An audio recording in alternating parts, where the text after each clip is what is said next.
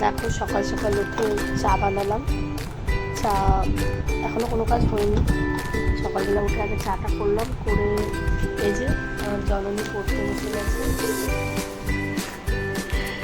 আর আমি চা খেয়ে তারপরে কাজ স্টার্ট করবো।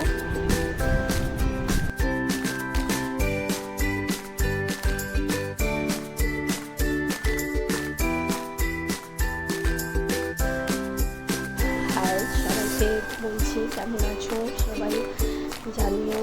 আর আমিও এই জাস্ট এলাম চা খেয়ে, এবার বিছনাগুলো গুছাবো। আর এই যে মেয়েও আজকে বাড়িতে আছে, মেয়েকে একটু দুধ করে দেবো, দুধ আর চকস খাবে।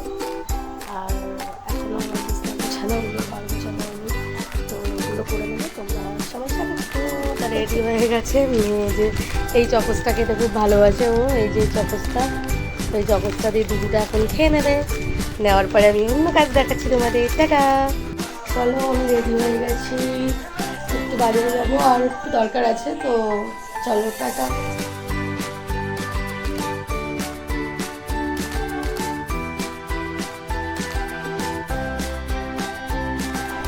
আজকে একটু ডিম আনলাম, ডিমের ঝোল করব। আর এই যে আলু আর এই যে মশলাপাতি আনলাম, আর মোটামুটি সব ঘরে আছে। এখন জানি না কি রান্না করবো, বুঝতে পারছি। ডিম আর আলুটা সিদ্ধ বসিয়ে দিয়েছি ডিমের ঝোলে, আর পটলগুলো কেটে নিয়েছি, পটল ভাজা করব। পটলগুলো ভাজা করে নেব, এই যে ডিমের ঝোল আর পটল ভাজাই করব, আর কিছু করব না।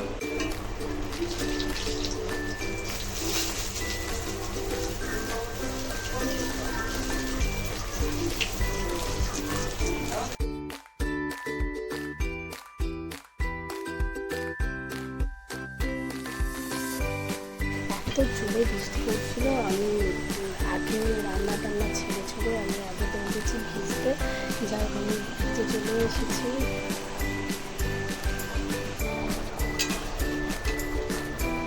বৃষ্টি পড়ছিল তো আমি আগে ভিজতে চলে গেছি রান্না বন্ধ করে দিয়ে।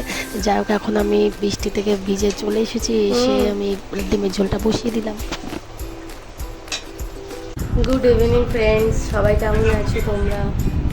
আমি আছি, ভালো আছি। তো ঠিক আছে, আমি এখন রেডি হয়ে, আমি তো জানো বিকালে করে দোকানটা খুলি, তো চলো আমি দোকানে যাচ্ছি। টাটা। যাই হোক আমি দোকানে চলে এসেছি অনেকক্ষণ আগে। দোকানে এসে আমি বসেই আছি সন্ধ্যা টন্ধ্যা দিয়ে।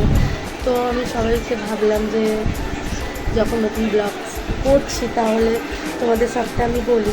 আমার নাম রাখি চক্রবর্তী, তো আমার মেয়ের নাম জুন, আর আমার যে পেটসটা আছে ওর নাম লিও।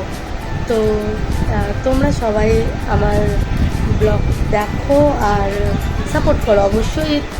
আমিও সাপোর্ট করব, যদি কেউ নতুন আমার মতন ইউজার থাকো তো আমি তাদেরকেও সাপোর্ট করব, ঠিক আছে? তো চলো টাটা।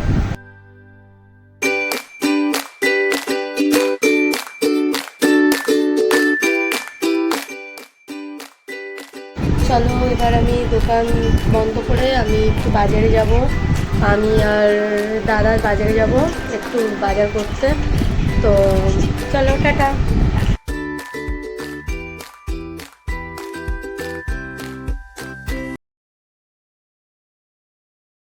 এখানেই ব্লগটা শেষ করছি। টাটা, সবাই ভালো থেকো, গুড নাইট।